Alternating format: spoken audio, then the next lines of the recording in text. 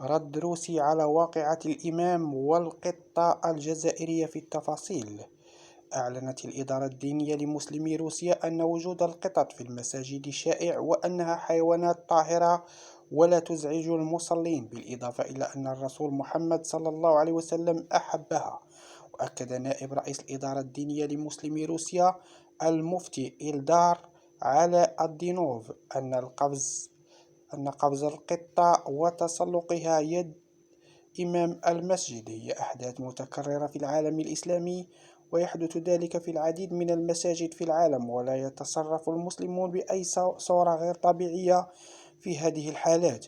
وقال إلدار على دينوف وفقا لروسيا اليوم نقلا عن وكالة نوفوستي إن القطط موجودة في المساجد في تركيا ومصر والجزائر ودول أخرى، ونادرا ما تتم مشاهدتها في المساجد في روسيا، ولكنها موجودة في بعض المساجد. وأكد أن السيرة النبوية تؤكد وجود القطط في المساجد في عصر النبوة، وأضاف قائلا: أحب النبي القطط، لذلك نشهد تعاطفا خاصا مع هذه الحيوانات في المجتمع الإسلامي.